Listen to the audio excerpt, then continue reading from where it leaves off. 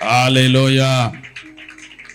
Oh, vous avez avec moi Deutéronome chapitre 32, verset 9 à 15 et Exode chapitre 19, verset 4. Deutéronome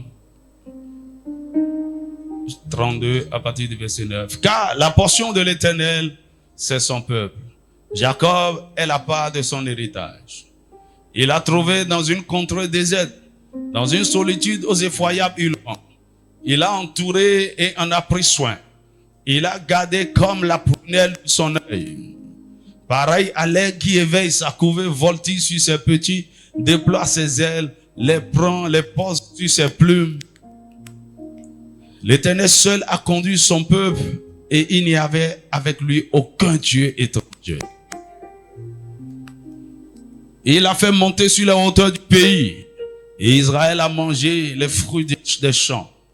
Il a fait sucer le miel du rocher, l'huile qui sort du rocher, le plus dur. Verset 14. La crème vache et le lait des brebis, la graisse des agneaux, des béliers du bassin, des boucs avec la fleur du froment. Et tu as bu le sang du raisin, le vin. Mon ami, le Seigneur de son église a mangé les meilleures productions de cette nation. Dis-moi amen. Il nous conduit sur les ailes de l'air hauteur du pays. Dis-moi un vrai amen. Exode chapitre 19, verset 4. Vous avez vu ce que j'ai fait à l'Égypte et comment je vous ai porté sur des ailes d'aigle. Dis avec moi, sur les ailes d'aigle. Et amené vers moi. Je vous ai porté sur les ailes d'aigle et amené vers moi. C'est bon, on peut même s'arrêter là. Que Dieu bénisse sa parole ce matin. Tu peux t'asseoir dans sa présence. Alléluia. Alors, ce matin, je suis venu juste faire un rappel. Parce que parfois, il y a des choses importantes nous concernant que nous oublions. Ou que nous n'avons pas encore bien compris. Ou dont nous n'avons pas encore vraiment la révélation. Vous savez beaucoup, le problème de l'église, c'est que nous connaissons beaucoup de choses. Mais il s'agit pour la plupart d'une connaissance intellectuelle. D'une connaissance, c'est le gnosis. Ce n'est ni le pignosis ou le gynosco. Et donc, on ne jouit pas des choses. Je suis venu te rappeler ce matin une dimension de ton identité en Christ. Dis-moi un vrai amen. Vous avez la révélation de votre identité, de ce qui vous êtes, de ce que vous représentez. Et la prise de conscience de cette identité fera la différence dans votre vie dans tous les domaines.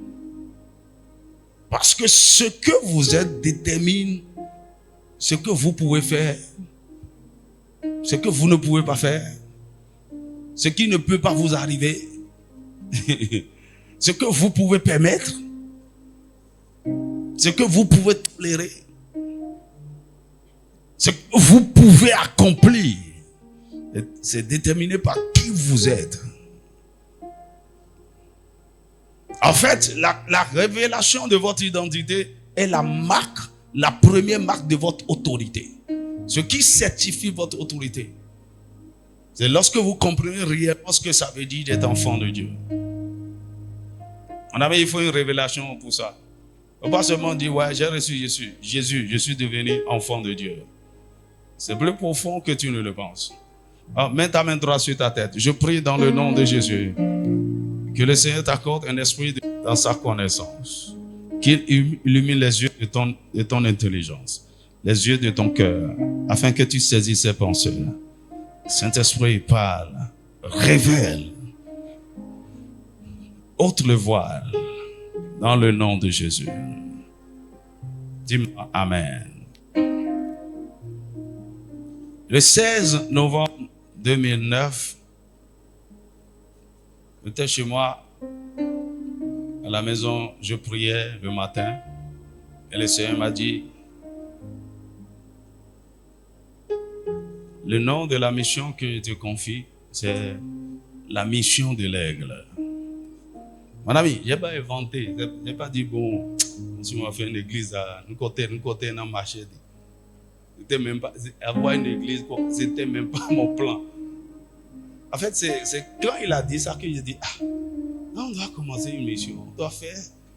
Ce truc-là, ça devient sérieux. Mission de l'aigle. C'est vrai, j'entendais parler de l'aigle et tout. C'est à partir de là que j'ai commencé. Je suis allé sur Internet. L'aigle, j'ai commencé par lire des choses. Quoi, mission de l'aigle? Et le même jour, pendant que je méditais sur ça, j'étais couché dans mon lit. Et tout à coup, j'ai eu une vision ouverte. J'ai vu le globe terrestre comme ça. Ça tournait tout seul. Et après, j'ai vu le feu venir sous le globe. J'ai dit, mais ça, c'est quoi ça? Et tout à coup, j'ai vu après une pyramide descendre sur le globe. Et après, un aigle volé est venu se poser. Je dis, voici l'emblème de la mission.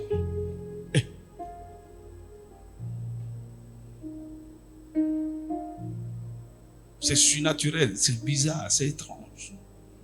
Et qui a déjà lu le livre de Rick Joyner, L'ultime assaut? L'ultime assaut. Ah, au moins une personne. Tout le reste a cherché l'Élysée. Vous allez voir une révélation du mystère des aigles. Ok. Et la suite de l'ultime assaut, c'est quoi? Moi, j'ai ça en anglais. C'est the final quest. The final quest. Cherchez ça. C'est un livre prophétique. Dis-moi un vrai amen. Et la dernière fois, j'ai prié avec un groupe de pasteurs. Il y a un prophète parmi nous. Il dit, j'ai vu quelque chose cette année. Le Seigneur a libéré un grand aigle. J'ai dit, est-ce que tu connais le nom de ma mission? Il dit, je ne connais pas. J'ai dit, c'est mission de l'aigle. L'aigle là, c'est moi. Mon ami, l'aigle prend son envol cette année. Dis-moi un vrai amen. Alors, je suis venu te rappeler ton identité. Dieu s'identifie à deux animaux, un sur la terre et un dans les cieux. Il s'identifie d'abord au lion sur la terre.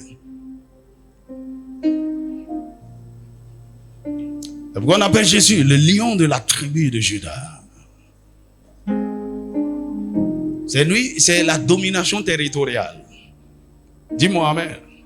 Et c'est ça la marque de notre nation. La nation des aigles. Mais Dieu s'identifie aussi dans les airs à l'aigle. C'est le symbole de la royauté. Sur la terre, au milieu des animaux, le lion n'est pas le plus grand. Il n'est même pas forcé, il n'est pas le plus fort. Il y a des animaux plus forts, plus féroces que lui. Mais il est le roi. Tout le monde le sait, tout le monde respecte cela. Dis-moi amen. Dans les airs, l'aigle n'est pas l'animal le plus grand. Et récemment, j'ai découvert, avant je pensais que c'est l'aigle qui volait plus haut, plus que tous les autres animaux. Mais il y a un autre oiseau qui va plus haut que lui. Mais tu ne le connais pas bien. C'est pour dire que le roi, c'est le roi. Ok, il faut faire recherche. Quel est l'oiseau qui vole plus haut que l'aigle?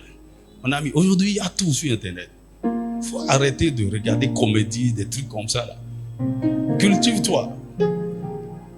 Dis-moi amen. Mais l'aigle est le roi dans les airs. Et Dieu dit que il est descendu comme un aigle en Égypte et il a porté son fils Israël sur les ailes de l'aigle. Et les a portés dans leur terre promise.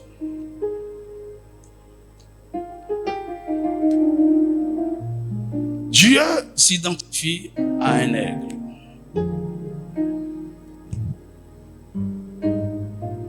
Notre Père Céleste est un aigle.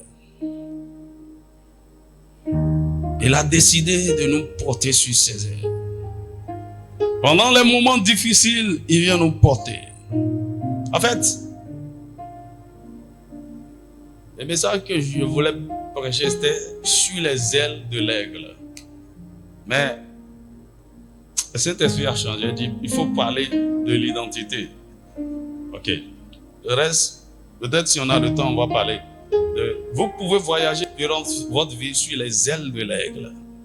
Mais ce qui vous qualifie, c'est que, en tant que serviteur, Israël a été porté sur les ailes de l'aigle. Ok? Mais ici, dans cette nouvelle alliance, nous ne sommes pas des serviteurs. Nous sommes des fils de la même nature que le Père. Nous sommes donc des aigles. Dis-moi un vrai amen. On n'a pas besoin de nous porter. Nous sommes les aigles.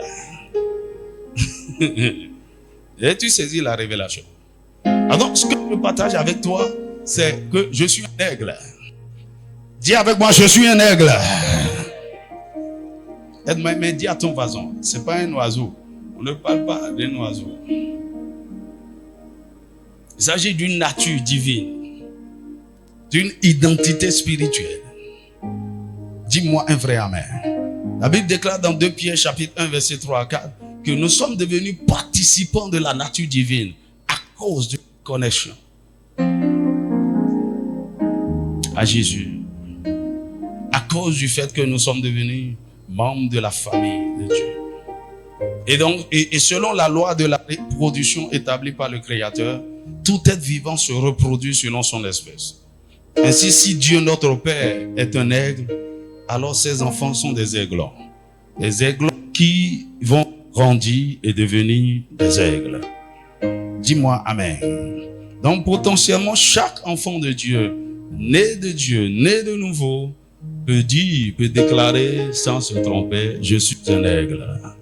Est-ce que tu peux le déclarer encore? Je suis un aigle. Ça n'a rien à voir avec la mission de l'aigle. Tout le monde, chaque enfant de Dieu peut le dire. Comme tu peux aussi dire, je suis un lion. Alors, il est important de saisir cette révélation parce que c'est la révélation que vous avez. C'est ça qui vous transforme et qui détermine votre vraie identité. Donc, chaque citoyen du royaume de Dieu doit pouvoir s'identifier à l'aigle à travers son caractère. Tu vois, Jésus prend souvent l'exemple des choses naturelles pour enseigner des choses spirituelles. Et si nous pouvons comprendre des caractéristiques de l'aigle, nous pouvons savoir en réalité ce que nous sommes et ce que nous devions manifester. Dis-moi amen. Alors, l'aigle représente la divinité. Le symbole de la divinité. Il est le roi de l'aigle. Il est le roi. Comme Dieu règne. L'aigle, à cause de tout ce qu'il incarne, est le symbole de nombreuses organisations et nations. Est le symbole de nombreuses organisations et nations, comme les États-Unis, comme l'Allemagne, comme le Nigeria, je crois le Danemark aussi, ou bien. Bon, en tout cas, vous allez voir ça sur plusieurs drapeaux. L'aigle représente sur le plan international les idées de beauté, de force, de prestige, de victoire et de puissance. Idée de beauté, de force, de prestige, de victoire et de puissance. C'est l'un des rapaces les plus grands du monde. Un oiseau qui vole haut, très haut dans les cieux. Il symbolise également la majesté, la royauté, la confiance, l'excellence, la grandeur, la paix, l'autorité et la liberté. Dis-moi amen. Il y a un acronyme que nous avons à partir de aigle, Qui se souvient de ça? Aigle. Action, intrépide, grandeur, liberté, excellence. Donc, aigle, le A, c'est action. Dis avec moi, action. L'aigle est en action, il est en mouvement. Intrépide, il est courageux. Il fait des choses en grand, avec excellence, dans la liberté. Donc l'aigle entreprend des actions intrépides, dans la grandeur, dans la liberté et l'excellence. Dis-moi amen. C'est ce que tu dois incarner désormais. À partir de cette année 2025, on doit commencer par voir tes grandes œuvres. Les œuvres que tu entreprends avec beaucoup de courage, avec audace. Oh, cette année, on va poser des pas de foi, des pas de géant.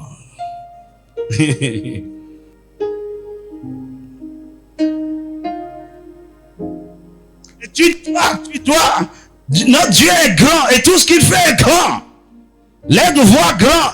Et c'est pour ça, tu dois voir de grandes choses. Poursuivre de grandes choses. Et tout ce qu'il fait, c'est avec excellence. Alléluia. Alors, voyons en quelques minutes 15 caractéristiques de l'aigle auxquelles nous pouvons nous identifier. 15 caractéristiques de l'aigle auxquelles nous pouvons nous identifier. Donc, je suis en train de parler à un aigle, donc qui est déjà né de Dieu et qui a l'ADN de Dieu. Amen. Première caractéristique, il est un visionnaire. L'aigle est un visionnaire. Il voit. Un aigle n'est pas un aveugle. Il voit. Il voit le passé, le présent et surtout le futur. De façon naturelle, l'aigle a une grande vision. Il voit très loin et grand. C'est comme s'il a... C'est pour que des jumelles. L'aigle a une acuité visuelle 8 fois supérieure à celle de l'homme. C'est-à-dire là où à l'œil nu, l'homme peut voir peut-être sur 1 kilomètre, l'aigle peut voir 8 fois plus. L'aigle peut voir sur 8 kilomètres à la ronde et avec détail, avec grandeur. C'est pourquoi de loin, quand il localise sa proie, il ne rate pas. Il voit avec précision. Dis-moi amen. La Bible dit dans Job 39, verset 32, il dit de là, donc de sa hauteur, de là, il épie sa proie. Il plonge au loin les regards. Il plonge au loin les regards.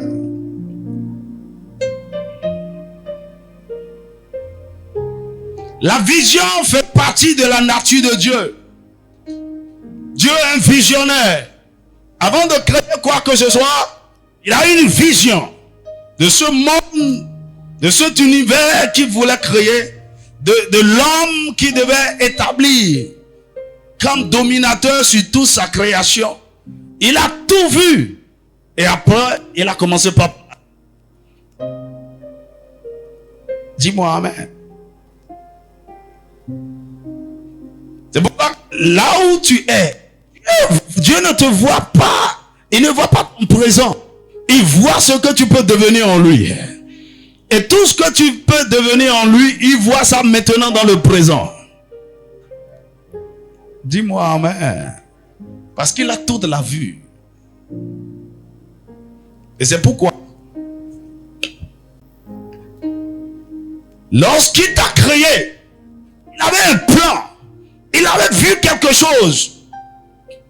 Et il t'a créé exactement pour accomplir la chose. Donc, autant marqué, lorsque tu te reconnais à lui, il t'ouvre aussi les yeux. Je veux dire les yeux spirituels. Et tu commences par voir ce que Dieu a vu. Bien ce que Dieu voit. Dis-moi amen. Tu vois, là où tu es, qu'est-ce que tu vois par rapport à ta vie dans 5 ans, dans 10 ans, dans 15 ans? Mon ami, tout enfant de Dieu doit être visionnaire. Nous devons être des rêveurs tous les jours. Mon ami, je vis comme ça, je vis dans le futur. Tu vois, ce matin, j'étais en train de planifier JRB. Comment on va faire ceci, comment on va faire ça dit, j'ai une imagination très puissante. Et tout ce que je projette, je vois comme ça là. On le fait toujours. On le fait toujours. Mon ami, qu'est-ce que tu vois? Quelle est ta vision? Qu'est-ce que Dieu t'a révélé par rapport à ta destinée? Par rapport à ton futur? Quel rêve as-tu? Je ne parle pas des ambitions. Tu vois, surtout avec les réseaux sociaux aujourd'hui, tout ce qu'on veut vous amener à avoir comme rêve, l'argent, la facilité de gagner l'argent, de faire l'argent. Mon ami, il ne s'agit pas de ça. Ça, c'est des ambitions, des choses de ce monde qui peuvent satisfaire la chair. Je te parle du plan de Dieu pour toi. Tu vois, Dieu a un but. Il a une raison pour laquelle il t'a créé. Et le jour où tu commences par voir ça, tu deviens un visionnaire. Et le jour où tu deviens un visionnaire, tu deviens systématiquement un leader. Parce que c'est la vision qui caractérise les leaders. Le jour où tu saisis la vision, tu saisis la révélation de Dieu pour ta vie et tu commences par poursuivre. On n'a pas besoin de voter pour toi. Tu deviens naturellement un leader. Dis-moi amen. Et lorsque tu lis notre déclaration, sur là où tu vois la mission, c'est ce que le Seigneur nous a appelés à faire. Il s'agit de bâtir des hommes prospères à tous égards et de faire quoi? Élever des leaders visionnaires, pas pour l'église, pour la société. Mon ami, c'est des hommes de vision qui changent les sociétés, qui changent les nations, qui changent les communautés. Mon ami, je vois. Je dis, Seigneur, si tu me donnes 4 milliards maintenant, voici ce qu'on va faire. Voir comment on peut changer l'image de cette nation.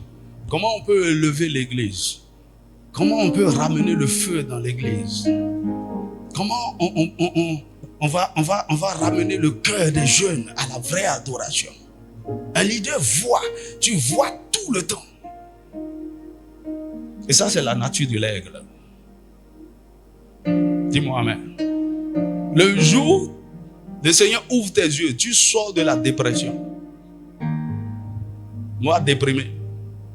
Ah, parce que vraiment, il y a beaucoup de choses que je vois autour de moi. Surtout des hommes qui vraiment.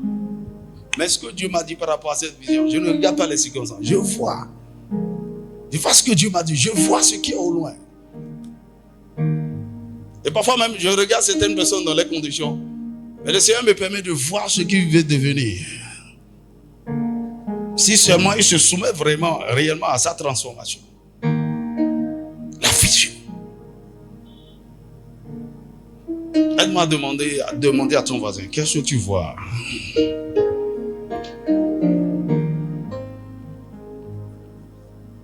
La Bible dit dans Proverbes chapitre 29, verset 18, il dit là où il n'y a pas de révélation, le peuple est sans frein. Tu vois dans tous les sens. Si tu n'as pas de vision, c'est pourquoi tout ce que tu vois, c'est opportunité. Ah, parce que j'ai vu une opportunité là. Ah, Visa Canada. Tu viens aller faire quoi? Ah, j'ai vu une opportunité là. On peut mettre l'argent dedans. Mon ami. Là où je suis tellement un homme conduit par la vision, tellement conscient Depuis toujours. Tu n'as aucune idée de tout que les gens m'ont proposé. Et si j'allais suivre les ambitions, les gains, je ne serais pas ici. Non. En fait, j'allais même me marier déjà à une blanche. Quand les gens voient les choses, Blanche était amoureuse de moi et pleurait. Moi.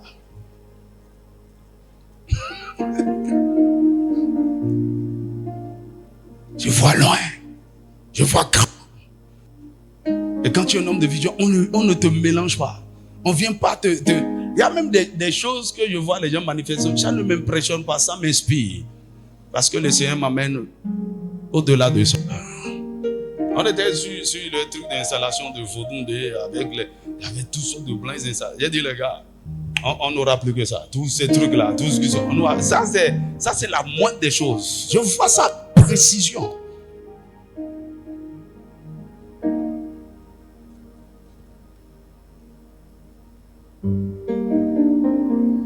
Aide-moi à demander à ton voisin encore, qu'est-ce que tu vois?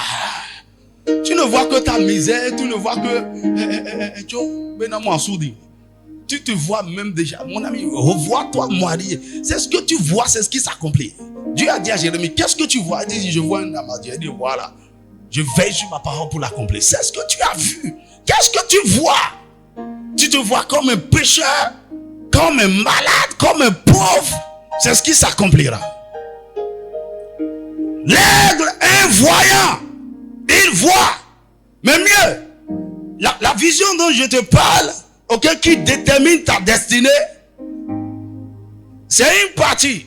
Mais l'aigle a une vision spirituelle. L'aigle a une perception spirituelle.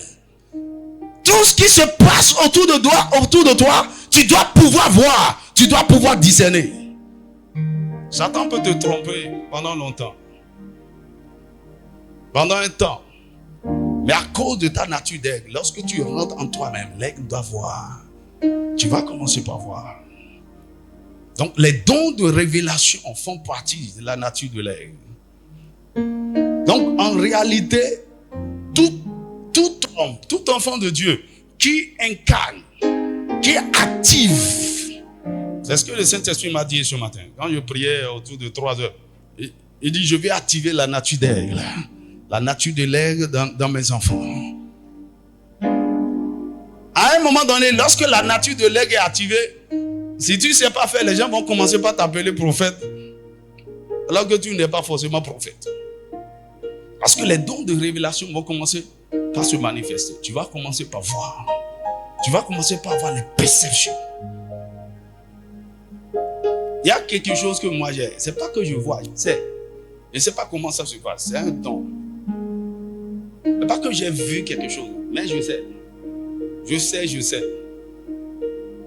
Il y a une conviction, quelque chose que je sais par rapport à quelqu'un, une situation, quelque chose qu'on doit faire. Je sais.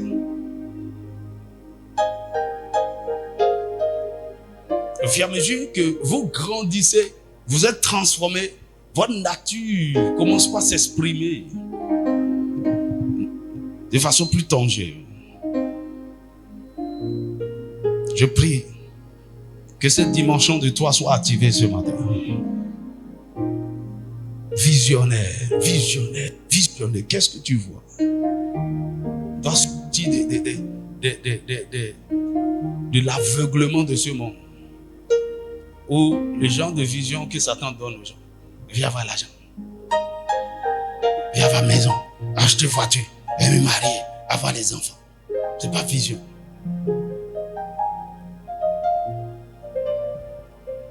C'est du monde de choses que tu dois faire pour transformer la nation, pour transformer les générations. C'est de ça qu'il s'agit. De faire un impact. Amen. Aujourd'hui, on veut vous vendre des rêves. On veut vous vendre des ambitions. On veut vous vendre des visions. Partout. Non, mon ami, la vraie vision, cela vient de Dieu. Par révélation du Saint-Esprit. Dis-moi un vrai amen. Donc, la première des choses qui caractérise l'aigle, c'est la vision.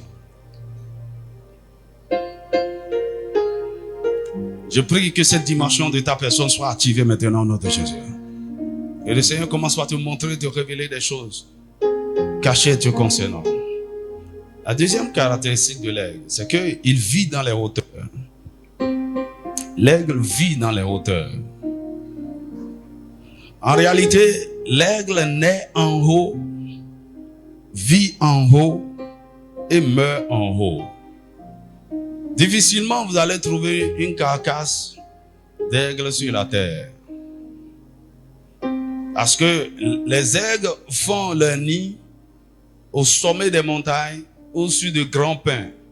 Les grands pins, les grands arbres très élevés.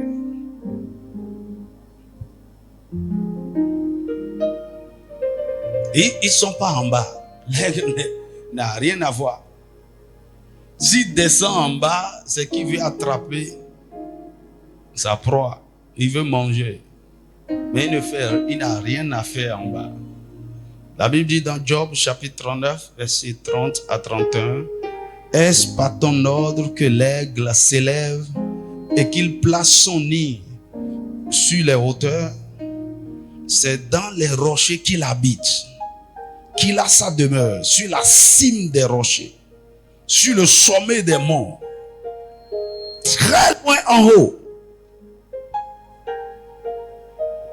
L'aigle bâtit son nid dans une falaise inaccessible, dominant la prairie. Et il voit tout de haut. Même son repos, il est au-dessus de tout. Il vit dans les montagnes. Voilà, dans le texte que nous avons lu tout à l'heure, dans Deutéronome 32, verset 13, il dit, il l'a fait monter sur les hauteurs du pays. Dieu nous élève sur les hauteurs du pays. L'aigle n'a pas sa place en bas, dans la vallée des murmures, des plaintes, de l'inquiétude, de la peur, de la confusion. Non. Parfois, il peut nous arriver de descendre là, mais nous devons être conscients que ce n'est pas notre place. Nous devons remonter. D'ailleurs, c'est ce que la Bible nous dit dans Ephésiens chapitre 1, verset 20 à 21, et chapitre 2, verset 4 à 6. La Bible dit que nous avons été élevés avec Christ dans les hauteurs. Et nous sommes assis avec lui dans les lieux célestes, au-dessus des dominations des autorités, au-dessus des circonstances, au-dessus des choses qui affectent les humains. C'est pour cela que vous devez développer la mentalité de supériorité, de l'inaccessibilité au diable, de l'inaccessibilité aux circonstances. Vous êtes au-dessus.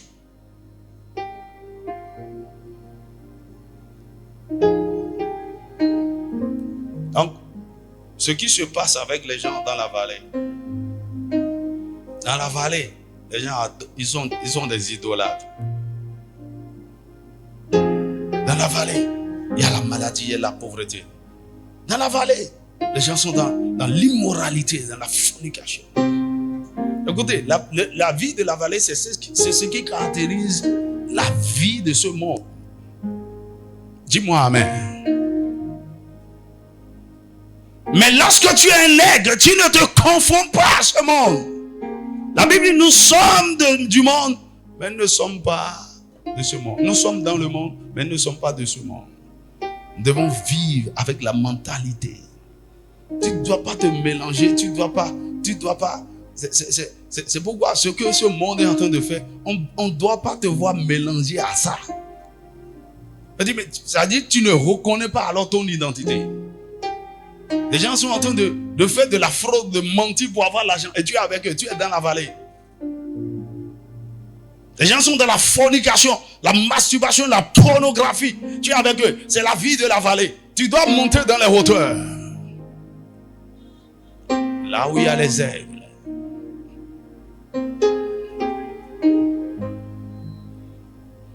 Est-ce que tu es avec moi?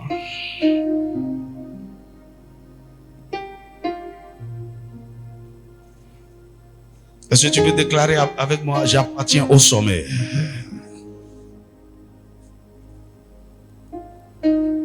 Tu dois mourir en haut, en Christ, dans les lieux élevés. Tu dois vivre en haut, en Christ, dans les lieux élevés. D'ailleurs, c'est là où tu es né.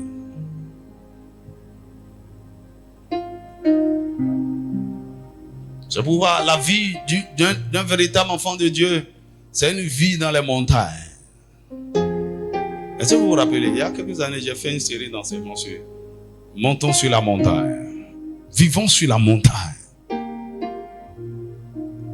Ce n'est pas notre vie de consécration. Montons sur la montagne. Là, lorsque vous êtes en haut, ce que vous voyez, c'est différent. Les réalités sont différentes. L'atmosphère est différente. Que le Seigneur ouvre tes yeux et qu'il t'accorde la grâce. Si tu es coincé dans n'importe quelle vallée, c'est ce que la Bible dit dans Psaume 40. Il dit, il m'a fait sortir de la vallée, de la fosse de la destruction, et il a établi mes pieds sur le roc. La Bible dit, il vit dans les rochers. Ta vie est en Christ, doit être cachée en Christ, le rocher. Mais où est Christ? Il est assis dans les lieux célestes. Dis-moi Amen.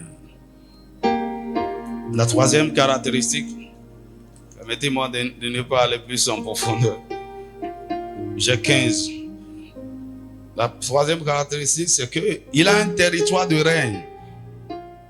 L'aigle a un territoire de règne. L'aigle règne dans un espace aérien défini. Même quand tu vois un aigle en train de voler, il a son espace. C'est comme chaque nation a son espace aérien qu'il faut respecter. Le Seigneur nous a appelés à posséder des territoires aussi. En esprit, adéquat, dans le règne spirituel et dans le règne physique. Comme il a dit dans Ésaïe 51, verset 16, il dit, j'ai mis ma parole dans ta bouche, je te couvre de l'ombre de ma main, afin que tu crées de nouveaux cieux et une nouvelle terre. Il y a une dimension d'influence que tu dois déterminer. Ok? Dans le règne de l'esprit. Et c'est ça qui va assurer ta domination sur la terre, dans tout ce que tu fais. Dieu disait à Josué, Josué chapitre 1, verset 3 à 6, il lui a donné les limites du territoire, de la terre promise, là où il devait régner. Nous aussi, nous avons un territoire spirituel et physique sur lequel Dieu nous a établis. Est-ce que tu me suis? Dans le naturel, le territoire d'un aigle s'étend sur une surface de 90 km². 90 km², sur une longueur de 250 km. Et il ne sort pas de ce territoire. Il règne. Et les autres aigles respectent ça. De la même manière, nous devons identifier notre champ d'appel. Là où nous sommes appelés à régner. Avec nos dons, les talents, les capacités que Dieu nous a données. Dis-moi un vrai amen. Parce que l'aigle, ils ont la mentalité du territoire. C'est pour cette raison que vous n'allez jamais les voir. Tu ne vas jamais voir un troupeau d'aigles. Comme tu vois un troupeau de moineaux ou de comment on appelle la dorée en français? Tu vas les voir voler ensemble comme ça. Tu vas voir des aigles voler ensemble. À la limite, tu vas voir deux. Et c'est le mâle et la femelle. C'est qu'ils sont en couple. Mais chacun respecte son territoire. Pourquoi? L'aigle est un roi. Il est un roi. Il doit régner. Et il respecte ça dans la dimension là-bas. Tu es appelé aussi à régner. Tu es un roi. Mais quel est ton domaine de règne? Quel est ton territoire? Parce que le Seigneur t'a délimité comme zone d'influence. Tu dois déterminer. Quatrième caractéristique. L'aigle est un prédateur conquérant. Dis avec moi, prédateur conquérant. Un aigle va à la conquête. Non seulement il est là pour défendre son territoire, mais si possible, aller à la conquête d'autres. Dis-moi un vrai amen. C'est-à-dire quoi? Tous ceux qui s'infiltrent et qui rentrent sur son territoire, il va à la conquête.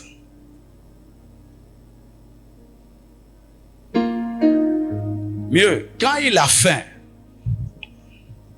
généralement, il va chasser dans son territoire.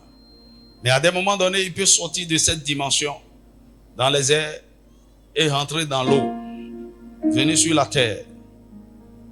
Mais comme il sait que ce n'est pas son territoire, il prend ce qu'il doit prendre et il remonte.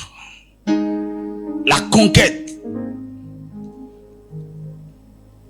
L'aigle est un chasseur. Il plonge et vole. Job 39, verset 32. Et de là, il épie sa proie.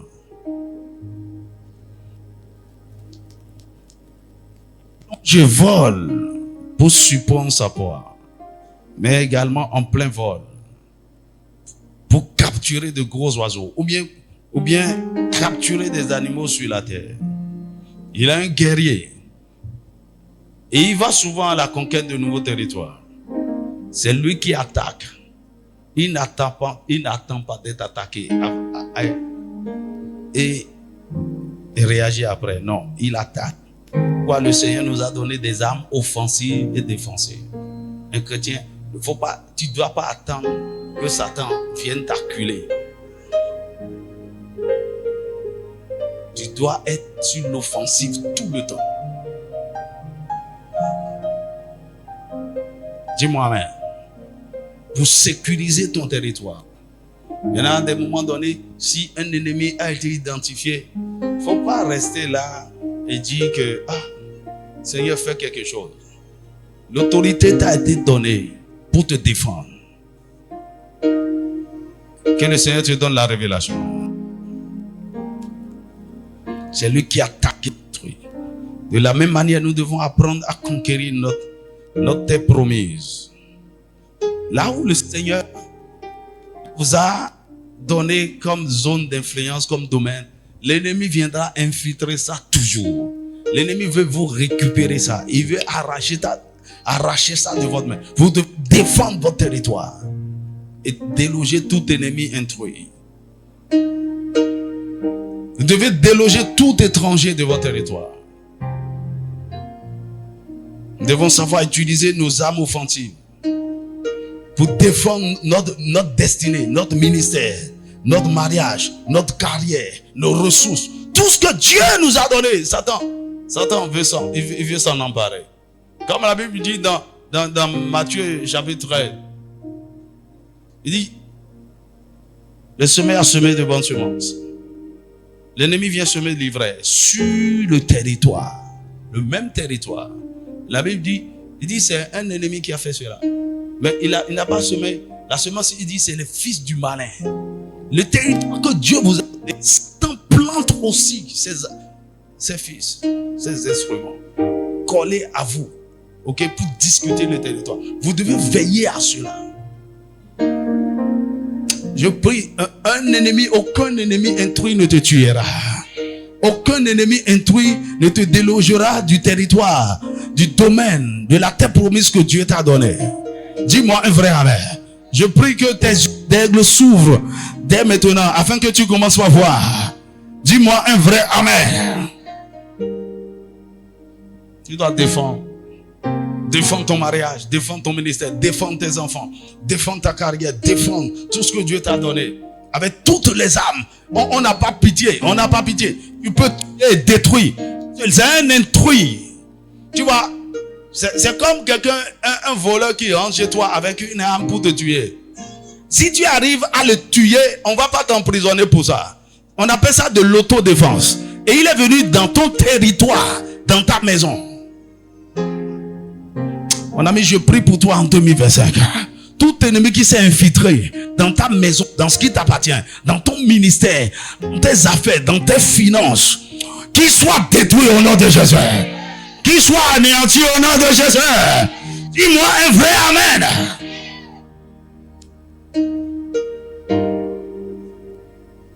La loi respecte ça. On ne te condamne pas parce que tu as anéanti un ennemi qui voulait te tuer. Oh, chez toi. Que le Seigneur ouvre tes yeux. Et ma prière est qu'aucun étranger ne te châtiera de ta maison. 5. Il est courageux. L'aigle est courageux. L'aigle est un animal sans peur. Il est très confiant. Il peut confronter n'importe quel animal ou n'importe quelle tempête. Mon ami, un enfant de Dieu n'est pas un peureux, un trouillard. Sois courageux. C'est ce qu'il a dit. Dieu disait à Josué, fortifie-toi et prends courage. Courageux. Écoutez, si vous n'êtes pas courageux, vous n'allez même pas prendre cacahuète devant votre porte. Dis-moi Amen. Toute vision, tout ce que Dieu vous a demandé de faire, il faut du courage. Vous êtes courageux. Parce que Satan, il est là pour te faire peur. Dans tout ce que tu viens entreprendre, que ça ne réussira pas. Ça ne marchera pas. Tu vas te ridiculiser. Tu crois que quoi? Mon ami, il faut être... Le courage, c'est la capacité que nous avons pour confronter la peur. Vous ne pouvez rien contre la peur. Satan vous fera peur. Mais vous pouvez confronter la peur par le courage. C'est-à-dire, en dépit de tout, de la peur que Satan soulève, les circonstances qu'il soulève, tu dois être courageux. Dis-moi Amen. Tu vois, c'est la même chose avec le lion. Courageux. Tu vas voir le lion en train d'attaquer les animaux qui font 10 fois sa taille. Courageux. En fait, c'est sa mentalité. Quand il regarde l'éléphant, ça c'est de la bonne chair. Ça c'est mon petit déjeuner. Courageux. Et il peut aller et se faire blesser. Tu as vu des animaux blesser le lion? Il va attaquer quand même quelque chose qui le dépasse. Et quand il échoue, il continue. Pour lui, c'est lui, il doit, c'est une mentalité. On n'échoue pas, on n'abandonne pas. Dis-moi Amen. Quand tu as cette mentalité, c'est toi qui gagnes partout. Dis-moi un vrai Amen. Personne ne te dit non. Même si la chose te dépasse, ça dépasse tes capacités, ça dépasse sa taille, ça dépasse. Ou bien, tu es un frère, tu es en train de parler à une soeur. Il dit, toi aussi, est-ce que tu me regardes? Il dit, mon ami, je suis un aigle, je suis un lion, je suis courageux. Tu défies ce qui est indéfiable. Tu oses ce que personne.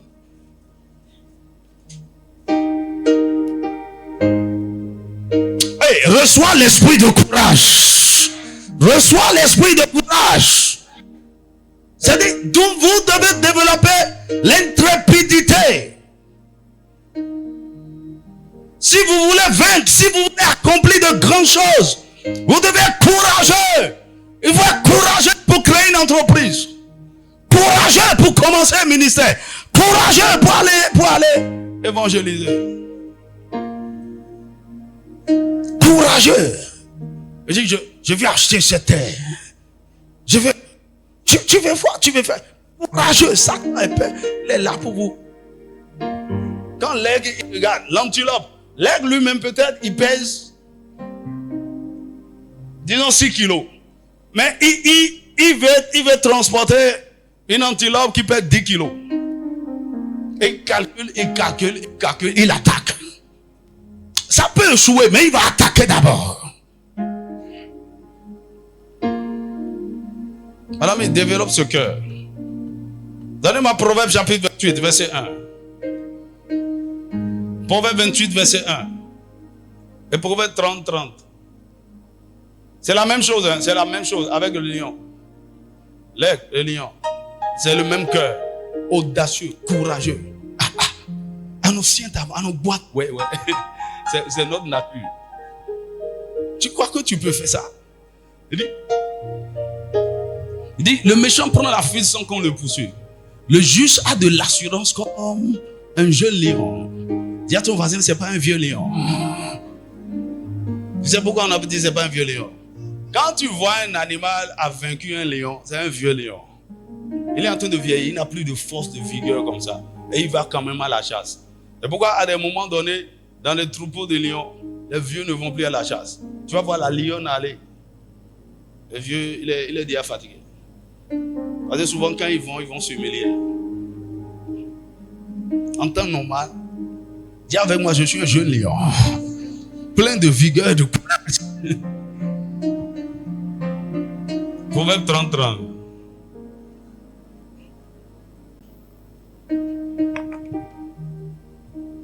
Cette année, tu dois venir me voir, dire pasteur, viens voir ce que je suis en train de faire ici. Je vais te donner la main de frère là, voilà. Tu es digne d'être mon fils. Dis-moi un vrai amen. Le lion, le héros des animaux, ne reculant devant qui que ce soit. Qui que ce soit ou quoi que ce soit. Qui que ce soit, on ne recule pas. Un sorcier t'attaque. Il dit, mais il négocie. Mais attends, il faut qu'on... Non, on ne recule pas. On ne recule pas. Tu peux échouer aujourd'hui. Retourne te préparer. Le courage. Écoutez, il y a beaucoup de gens ici. Vous êtes là. Ce que Dieu vous a demandé de faire, c'est la peur qui est en train de vous tuer depuis. Il faut du courage pour parler en public. Il faut du courage pour commencer ce que Dieu t'a dit de faire. Il faut du courage. Il faut du courage. Et tu as peur. Tu dis, t'as vu, les gens me regardent, non? Pourquoi toi, tu les regardes? Ferme tes yeux.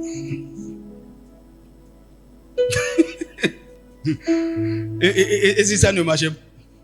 Je n'aime pas qu'on me ridiculise. Hein. C'est la peur qui te fait parler. Aide-moi à dire à ton voisin, prends courage. Fortifie-toi et prends courage. Pour ceux qui te faisaient peur cette année, il faut lui faire peur. Dis-moi un vrai amen. En réalité, ceux dont tu as peur ont aussi peur de toi. Tu ne sais pas. Tu as vu un serpent dans ta chambre et le serpent est comme ça. Il a peur de toi. Et toi aussi tu as peur. J'ai jamais vu un serpent debout comme ça. Le serpent est debout. C'est sa peur qu'il est en train de faire pour que tu fuis. Mon ami, attaque-le.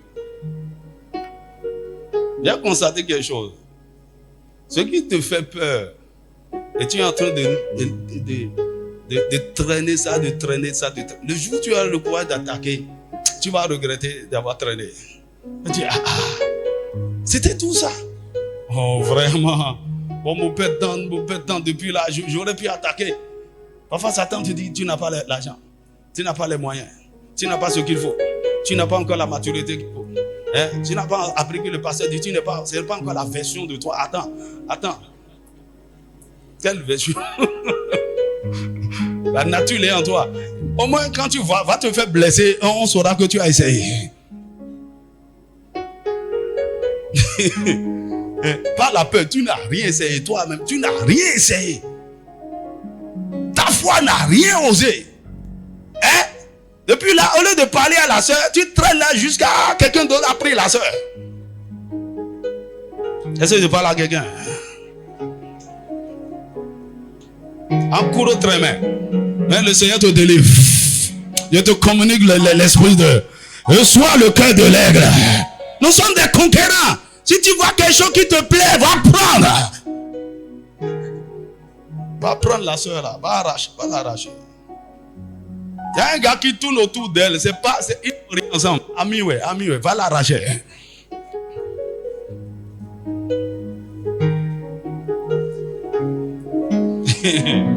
Est-ce que je parle à quelqu'un? Dis à ton voisin, réveille-toi. Tu as peur. Parce que tu as échoué 2 fois, tu as peur. Oh, aide-moi à dire à quelqu'un, essaye encore. Le pasteur a dit, essayez encore.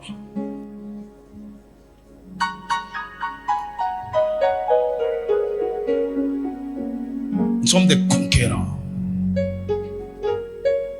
Tu sais ce que tu veux et tu vas, tu prends. C'est la mentalité d'aigle. On ne va pas mendier. Tu vas négocier affaire avec quelqu'un. Tu faut pas te constituer un mendiant.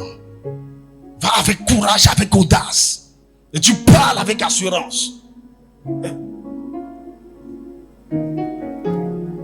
Que le Seigneur te donne la saveur. 6. L'aigle est puissant. Il est puissant. Dis avec moi puissant. L'aigle a une puissance ou une force de frappe 4 fois supérieure à celle de l'homme. L'aigle a une puissance et une force de frappe.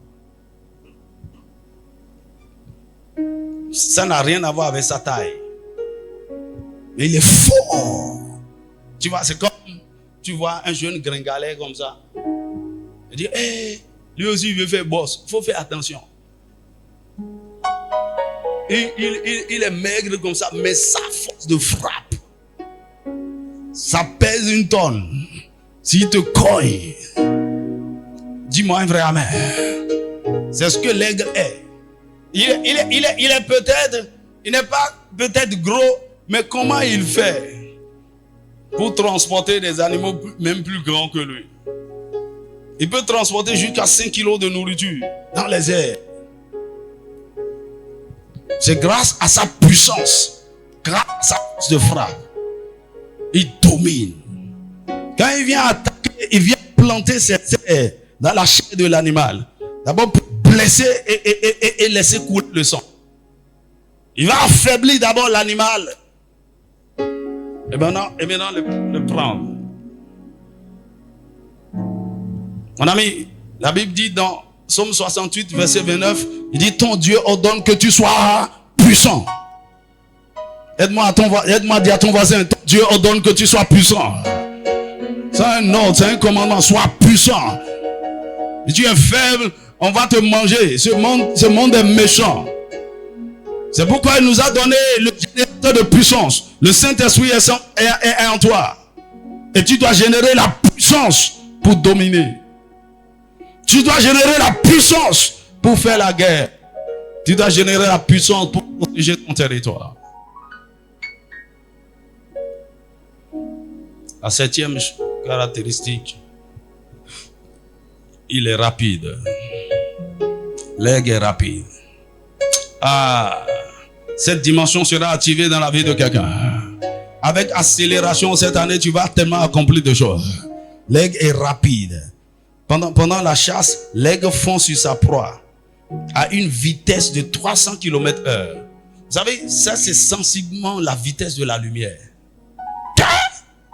Avec tout son poids, ça c'est une capacité extraordinaire.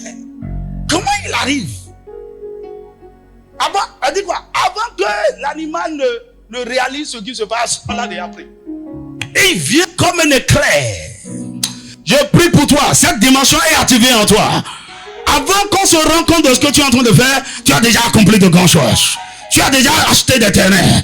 Tu as déjà bâti des maisons. Tu as déjà réalisé et bâti cette entreprise. En une fraction de temps, rapidité dans l'action. Il surprend toujours sa proie. Cette année, tu vas surprendre tes ennemis. Ils ne te verront pas venir, mais tu vas les surprendre. Dis-moi un vrai amen. Tu dois apprendre à être rapide. Il dit non, non, moi, mon tempérament, j'aime. Il y a même des gens ici, la façon dont vous mangez, c'est grave. Vous mangez comme des personnes. Est-ce que tu en connais? Non, c'est pas normal. Ce que tu as fait, fais-le vite. Dis-moi un vrai mais. Tu prends 1 heure de temps pour balayer une maison. Qu'est-ce qui ne va pas avec toi? Et tu veux préparer un repas. Depuis 4 heures, tu es à la cuisine et tu n'as pas fini. Beto landa regarde. Ça bien sort. Aide-moi à dire, cette année, il faut aller vite. C'est pas les paresseux. Tu traînes sur tout. N'importe quoi. Ce qui doit prendre 20 minutes, tu fais ça pendant 2 heures de temps. Pourquoi?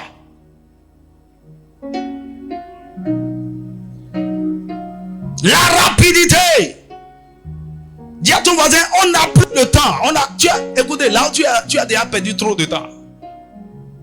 Tu as déjà perdu trop de temps. Tu as commencé par pousser des cheveux gris. Tu as déjà perdu trop. La Bible dit rachetez le temps, car les jours sont mauvais. Tout ce que tu as fait, fais ça rapidement. Fais-le vite.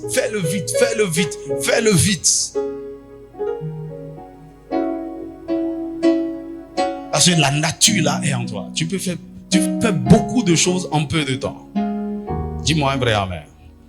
8e caractéristique. L'aigle, il est vigilant. L'aigle est difficile à attraper. C'est vrai que l'homme arrive à dompter le lion, l'aigle. Mais l'aigle est difficile à attraper. Et il a un flair qui lui permet d'appréhender le danger et de l'éviter de loin. Il a un flair, il sent le danger venir. Il a une perception terrible. En fait, l'aigle, il n'a pas la tête comme la tête de la chouette ou bien du hibou. Là, le hibou a la capacité de faire une rotation, de tourner sa tête sur son cou. Mais l'aigle, ses yeux regardent devant, mais il a la capacité de voir tout ce qui est derrière, de sentir tout ce qui est derrière. N'importe quoi. D'abord, quand tu vois l'aigle, il est souvent en train de... C'est-à-dire le vent, tout ce qui bouge, il est sensible. Mon ami, le Saint-Esprit active sa sensibilité en toi. Nos antennes spirituelles doivent être en alerte. Ok? Nous puissions capter des mauvais signaux, des mauvaises fréquences, des assauts, des attaques de l'ennemi. L'ennemi ne te surprendra pas au nom de Jésus. Que le Saint-Esprit active la vigilance en toi. 9e caractéristique. Il sait profiter des courants aériens.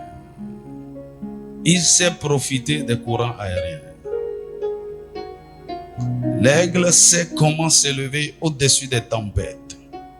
Généralement, quand les vents sont contraires, l'aigle ne bouge pas.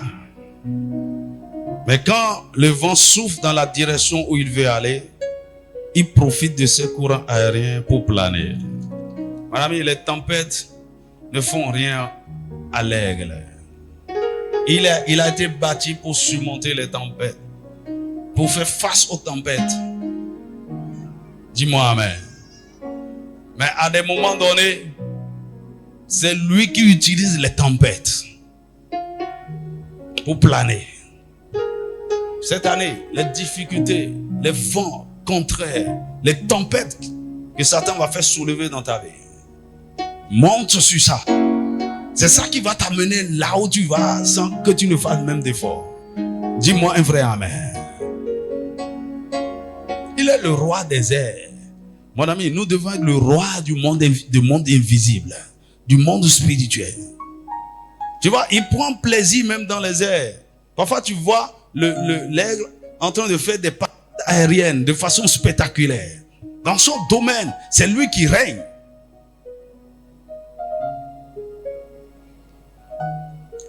Tu vas voir l'aigle, mais dans les airs, il vole peu. Il plane plutôt sans effort.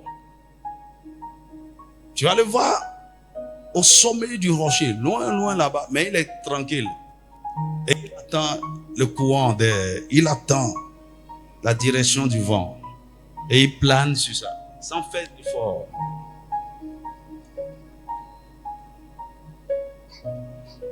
Ceci, c'est la puissance de la direction divine. Le Saint-Esprit est en nous pour nous diriger, pour nous conduire.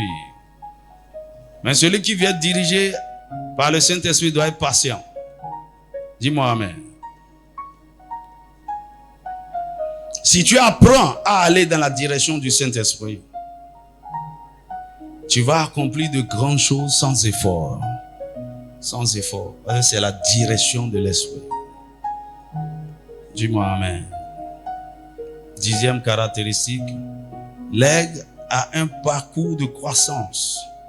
L'aigle a un parcours de croissance. L'aiglon, c'est le petit de l'aigle. L'aiglon se nourrit et grandit pour devenir un adulte à l'âge de 4 à 6 ans. 4 à 6 ans. Vous savez, d'ailleurs, l'aigle a une durée de vie de 70 ans au moins.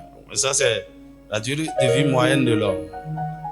Mais avant d'atteindre la maturité, ça prend du temps.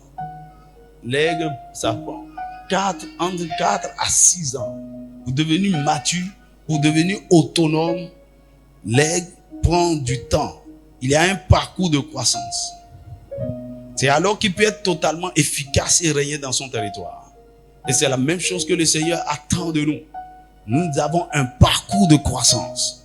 Nous devons atteindre la maturité spirituelle pour être en mesure de régner.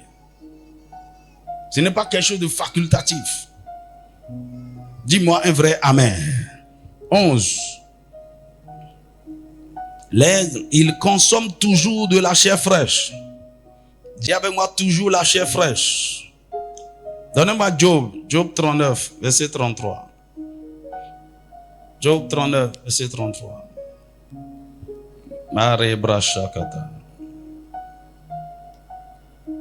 La chair fraîche.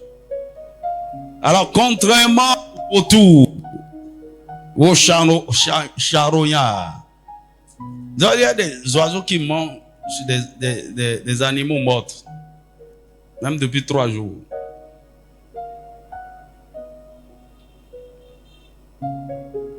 La Bible dit, ces petits boivent le sang.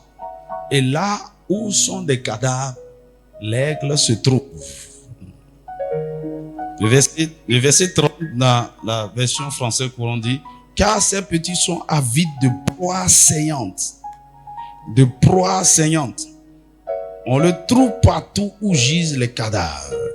De proies saignantes fraîches, de la viande fraîche. C'est quoi? C'est l'animal que l'aigle a chassé et a tué lui-même. C'est ça, il mange fraîchement.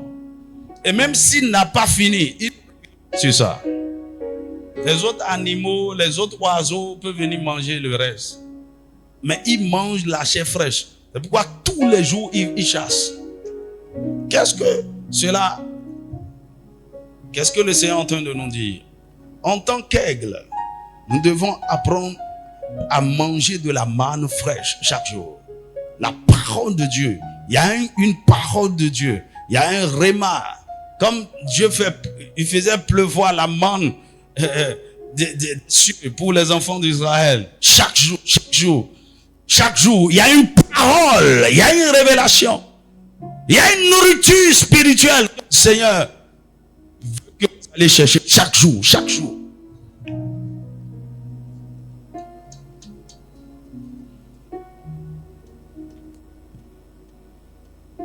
Tu dois manger chaque jour une parole fraîche. Recevoir de nouvelles révélations chaque jour. Ceci suppose que tu trouves du temps pour lire, étudier et méditer la parole chaque jour. Chaque jour. C'est ça qui fait la santé, la force, la vigueur de l'aigle. 12. L'aigle est entraîné pour le vol et pour la chasse.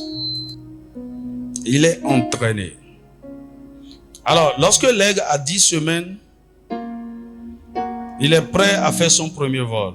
Souvenez-vous, j'ai dit, sa maturité peut prendre jusqu'à 4 et 6 ans. Mais déjà à 10 semaines, après sa naissance, ses parents commencent par l'éduquer. Les parents incitent l'aigle à voler en lui imposant un jeûne de 1 à 2 semaines. Au départ, c'est les parents qui vont chasser, amènent la viande qui déchiquette correctement pour les enfants, pour les bébés, pour les aiglons. Mais à 10 semaines, on commence par on veut les aider à se débrouiller. Et pour le faire, les parents les privent de nourriture. Madame, à des moments donnés, le Seigneur, pour nous faire grandir et nous faire traverser certaines situations difficiles, surtout par rapport à la nourriture, et tu es obligé de sortir. Quand les aigles ont faim, 1-2 semaines, les parents ne leur ont pas envoyé de la nourriture. Ils cherchent à sortir du nid. Vous savez, le nid des aigles, c'est grand. Hein? Le diamètre, ça peut faire 1 mètre. La hauteur, environ 80 cm. C'est grand. Et les petits sont dedans. La maman vient leur apporter la nourriture. Mais après, ils font aussi quelque chose. Souvent, ils viennent tapisser. Au départ, lorsqu'ils ont les œufs, le nid est vraiment tapissé. De toutes sortes d'herbes, c'est vraiment doux. Mais quand les enfants naissent, ils enlèvent tout ce qui est confortable. Et donc, il y a des épines. Non, en plus de ça, de l'inconfort du nid, il y a la faim. Les enfants veulent sortir. Ils commencent par faire des efforts pour sortir, pour aller manger. Le Seigneur nous fait traverser aussi certaines situations comme ça. Pour qu'on prenne nos responsabilités pour se débrouiller. On veut attendre qu'on nous apporte, qu'on fasse ceci pour nous, que quelqu'un prie pour nous, que fasse ceci. Je ne suis pas ce genre de pasteur. Mon ami, tu es dans la compagnie des aigles. Le pasteur ne visite pas les gens. Je ne vais pas te visiter. Hey. Dis à ton voisin, tu dois vite grandir. Donc quand l'aigle est décidé à sortir, ok, les parents maintenant sont prêts maintenant à l'aider. Ils vont porter l'aigle sur les ailes et l'amener très haut, le lâcher. L'aigle va commencer par se débattre, voulant tomber. La maman vient, le prend encore, l'amène très haut, le lâche. Après quelques efforts, l'aigle commence par se fortifier. Il peut se débrouiller lui-même. Et c'est à ça que le Seigneur nous a appelés. Ça, c'est le discipulat et le mentorat. Nous devons être entraînés, éduqués, préparés pour devenir des hommes matures afin d'accomplir notre destinée. Éphésiens chapitre 4, versets 11 à 13. Éphésiens 4, 11 à 13. Que le Seigneur te donne l'entendement. 13e caractéristique. Il vit en couple et pour la vie. L'aigle vit en couple et pour la vie. Waouh, ça c'est divin. Hein? Dans le règne des animaux, c'est pas commun. Hein? Tu peux voir un seul coq dans une basse-cour de 20 poules. Il gère. Il peut gérer. C'est comme ça en fait, non?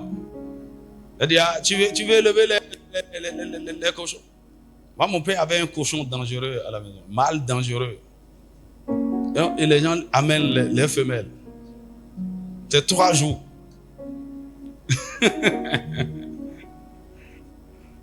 Dis-moi amen. Dans le règne au niveau des autres animaux, c'est un mâle peut avoir plusieurs. Ils n'ont même pas la notion de mariage. Ici, ce que je veux vous dire, c'est que l'aigle se marie. Et ils vivent en couple, à vie. Ça, c'est la notion de la fidélité. Et tu vas les voir, quand tu vois une paire d'aigles, c'est un couple. C'est eux qui règnent sur cette terre. Et il ne va pas aller chercher une autre aigle femelle. Vice versa. Ça, c'est un caractère divin. Hein? Quelque chose qu'on voit au niveau des animaux. Ce n'est pas commun dans le règne des animaux. Ceci démontre la fidélité et l'engagement. Et nous pouvons apprendre à être aussi fidèles à Dieu. En tout. Fidèles à nos engagements. Fidèles dans le mariage. Fidèles.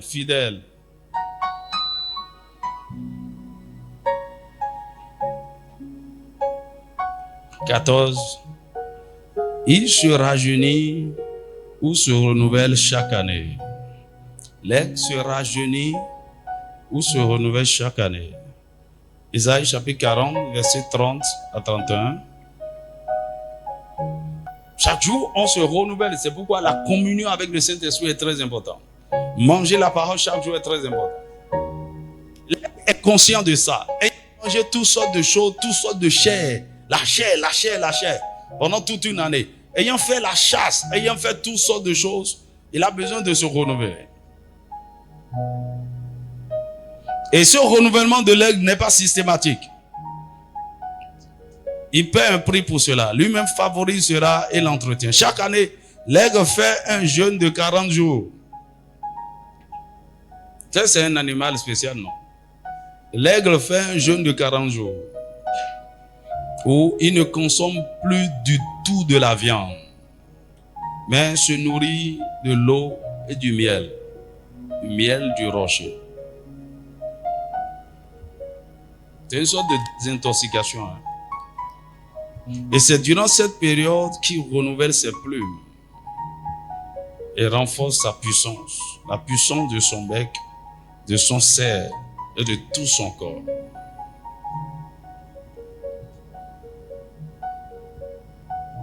Alors, il se blesse le bec en le cognant contre le rocher, puis la cicatrisation rend cela plus fort.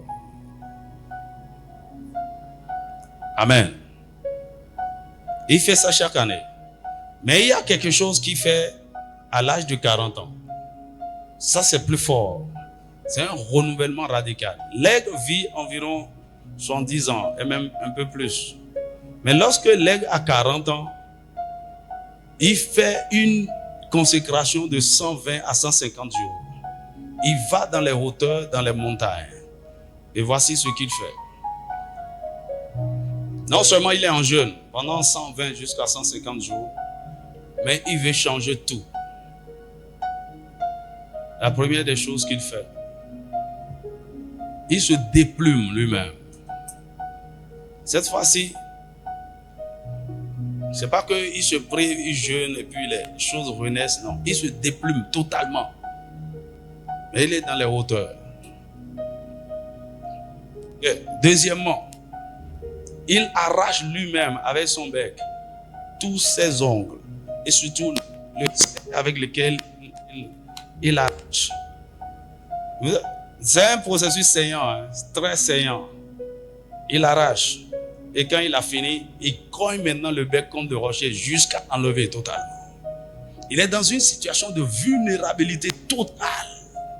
Là-bas, 120, 150 jours. Et là, il boit de l'eau. Il boit du miel. Et il reste là. Et ses plumes commencent par renaître. Son bec commence par renaître. Ses ongles commencent par renaître. Et au bout de 120, 150 jours, il devient totalement jeune. C'est comme si il venait d'avoir 10 ans. Totalement jeune.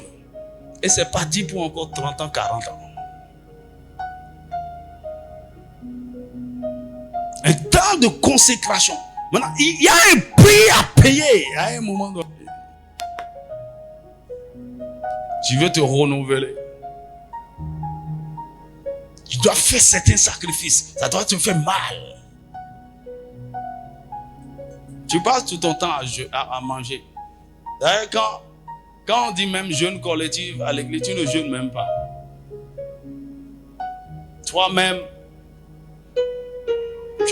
tu n'as jamais même pris le temps toi-même pour dire je vais jeûner 40 jours. Toi-même.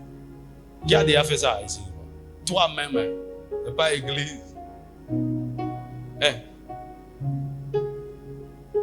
Vraiment? Toi-même. Tu n'as jamais. Tu n'es pas encore un aigle.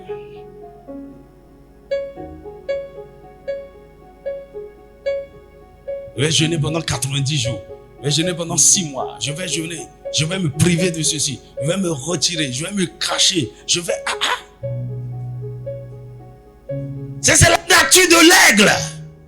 Peu importe ce que tu fais. Mon ami, c'est une réalité. À un moment donné, tu dois disparaître. Allez te cacher. Attends un peu, je vais disparaître. Il y a des choses que je suis en train de régler encore un peu cette semaine. Même si c'est une semaine. Vous n'avez pas le choix. Pour vous renouveler, vous rafraîchir, vous devez apprendre à faire ça.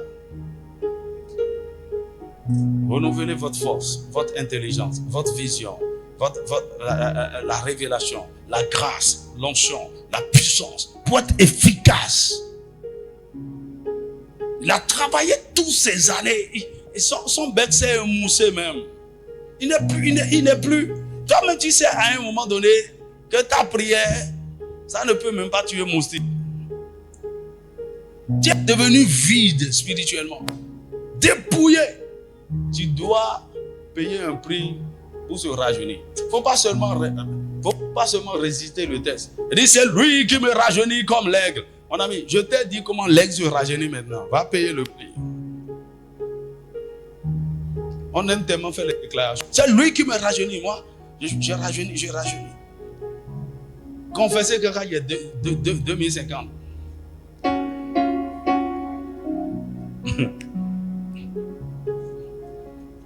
Dis-moi amen. Que le Seigneur te donne la sagesse. Vous devez apprendre à oublier ce qui avait fait votre force. Et chercher une notion fraîche, une nouvelle grâce. Jour après jour. Et 15 pour finir. Il est toujours beau et propre. L'aigle est dans le sang tout le temps. Il mange le sang, il tue. Mais tu ne verras jamais un aigle sale. Je ne sais pas comment il s'arrange. Tu ne verras jamais un aigle dire, hey, il vient de manger. Il y a du sang partout, sur sa tête, dans l'aigle. L'aigle est toujours propre. Toujours beau, impeccable. Quand il finit, il sait comment se nettoyer. Propre. Tu as déjà vu une photo d'un aigle englandé? Toujours propre. Je ne sais pas comment il fait. Alors, qu'est-ce que ça nous montre? C'est la vie de sainteté et de pureté. Il ne doit pas se laisser souiller par le péché, par toutes sortes de choses. L'aigle est propre. C'est le symbole de la divinité, de la pureté, de la sainteté et de la justice. Toujours propre, toujours propre, toujours propre. Propre spirituellement, propre mentalement. Quelles sont tes pensées? Qu'est-ce que tu entretiens dans ton cœur? Est-ce que tes pensées sont pures? Mais propre aussi physiquement. Tu es un aigle, un enfant de Dieu doit se laver au moins 2 fois chaque jour. Je parle physiquement.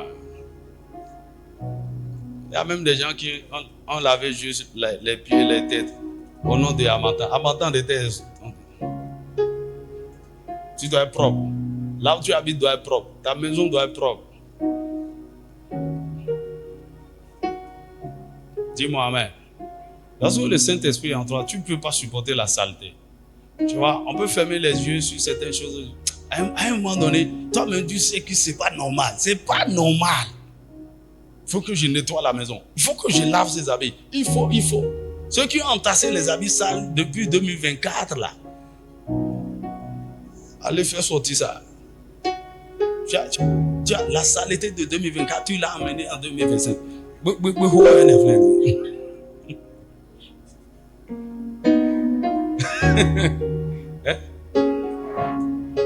Aide-moi à dire à ton voisin, rentre à la maison et nettoie ta chambre.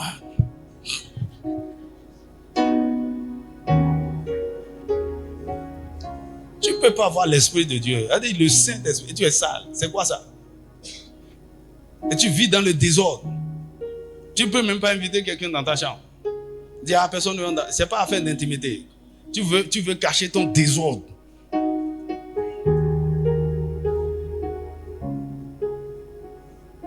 Tu joues propre. Écoute, ce que vous êtes à l'intérieur, ça va se refléter sur votre extérieur, dans votre environnement. Si vous êtes vraiment sale, votre cœur est sale, ça va se refléter dans votre... Hein? Je ne parle pas de la propreté du dimanche matin. Tu t'es lavé, checké, tu as même fait les ongles hier. En temps toute la semaine, c'était crotté. Il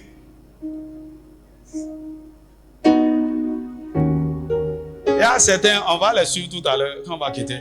On va rentrer à la maison chez vous. On ne va pas attendre.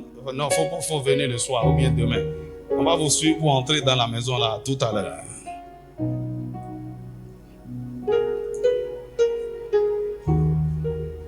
Un aigle est propre. Je propre. Ton cœur est pur. Tout ce que tu fais est propre. Que la nature de l'aigle soit activée en toi. Que la nature de l'aigle soit activée en toi. Le Seigneur t'a rappelé ceci en début de cette année. Nous voulons vivre dans cette dimension. L'aigle doit prendre son envol. Incline ta tête. Mare brasata da brashekete. Ne brasota na brasakata. Merci au Seigneur. Ne brasakata ne brashakata. Ne brasota na brasakata ne brasa. Ne brashakata ne brashakata. Masakata ne brashokata ne brasota. Ne brasokata là-bas. Dis merci Seigneur. Célèbre le grand aigle. Célèbre le grand aigle. Marebro sigada na bragada là-bas. Jane braga shekete ne brasota là-bas. Ne bashakata là-bas. Va dis-lui merci d'avoir fait de toi participant de sa nature. Participant de la nature divine. Participant de la divinité.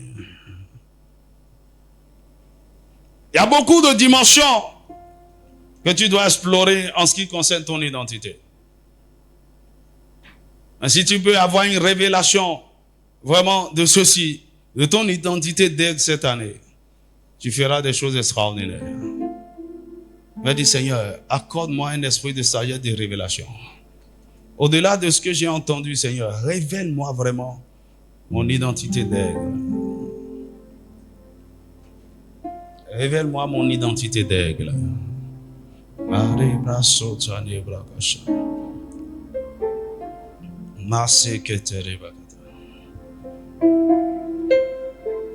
Seigneur, délivre-moi de toute crise d'identité dans laquelle je suis maintenant. Tu te poses la question, mais qui suis-je? Tu as peur, beaucoup de crises d'identité. Seigneur, délivre-moi de toute crise d'identité. Et accorde-moi la grâce de prendre conscience de qui je suis.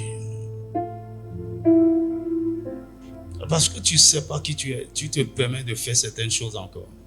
Tu pêches, tu fais certaines choses. Non, non, non.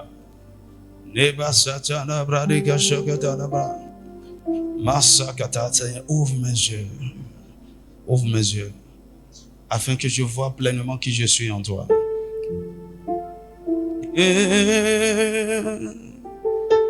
Na na na na na. Na na na na na. Na na na na na. Masatane braka shakataraba. Seigneur, que tout mauvais conditionnement, toute mauvaise programmation du monde des ténèbres, tout mensonge de Satan, toute mauvaise mentalité que j'avais adoptée, Seigneur, que cela soit démolé. Que que cela soit anéanti. Accorde-moi la grâce d'accepter qui je suis, de prendre conscience de qui je suis en toi et de vivre selon cette réalité à partir de maintenant. Accorde-moi la grâce, Seigneur. Accorde-moi la grâce, Seigneur. Accorde-moi la grâce, Seigneur. Machakata. Et tu veux prier en langue moment. Pendant ces 2, 3, 5 minutes, notre prière, Seigneur, Saint-Esprit, active la nature de l'air. Mon ami, tu peux ne pas voir ces 14, ces 15 caractéristiques dont nous avons parlé se manifester. Mais il y a quelque chose qui va commencer en toi. Si c'est la vision, le courage, il y a quelque chose, il y a une caractéristique qui t'a frappé le plus. Seigneur, active ma nature d'aigle.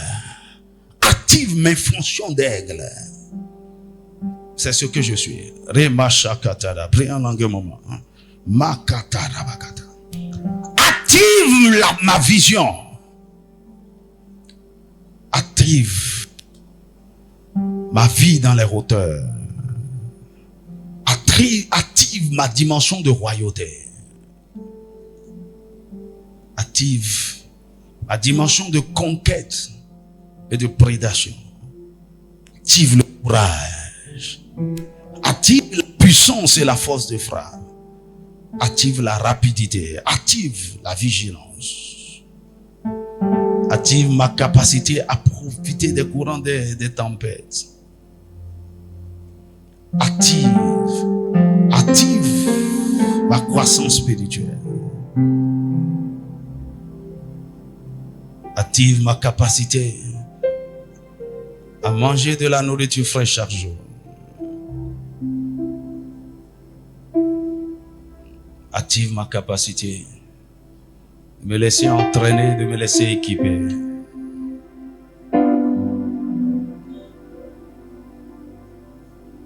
Seigneur, rajeunis-moi.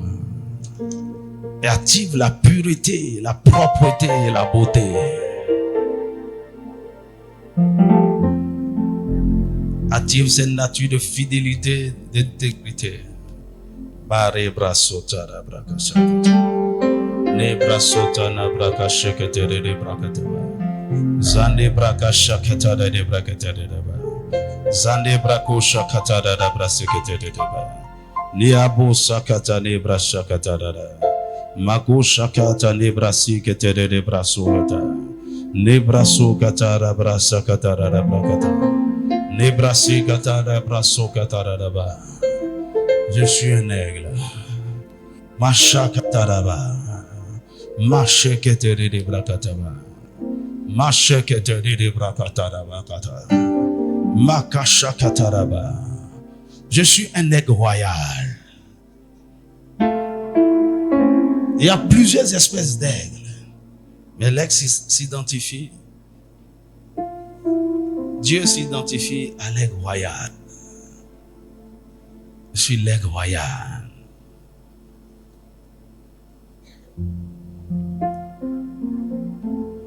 J'ai la vie de Dieu en moi. J'ai la vie de Dieu en moi. J'ai son esprit, sa nature et sa capacité. J'ai la vie de Dieu en moi. J'ai la vie de Dieu en moi. J'ai la vie de Dieu en moi. J'ai son esprit, sa nature et sa capacité. J'ai la vie. Est-ce que tout le monde peut se tenir debout? Dieu en moi. J'ai la vie de Dieu.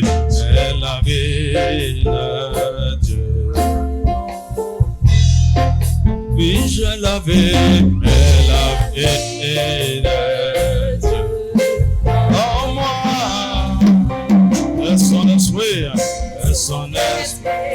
nature.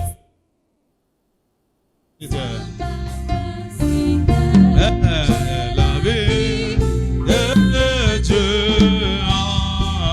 Oh, j'ai la vie de Dieu. Oui, j'ai la vie de Dieu.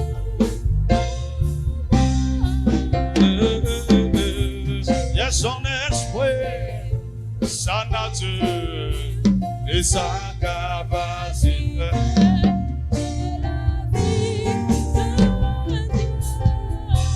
Oh, j'ai la vie de Dieu.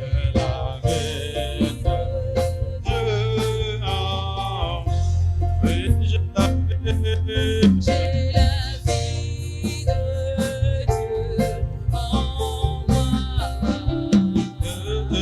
J'ai son esprit, sa nature et sa capacité. J'ai la vie de Dieu. J'ai la nature de l'être en moi. Encore une fois. J'ai la vie. J'ai la vie de Dieu en moi. Oui, j'ai la vie. J'ai la vie de Dieu en moi. J'ai son esprit, sa nature, sa capacité. J'ai la vie de Dieu. Oh, j'ai la vie. J'ai la vie de la nature de l'air est attirée puissamment. J'ai la vie de Dieu en moi. J'ai son esprit, sa nature, sa capacité. J'ai la vie de Dieu en moi. Est-ce que tu peux acclamer si tu le crois? Cette nature est activée en toi.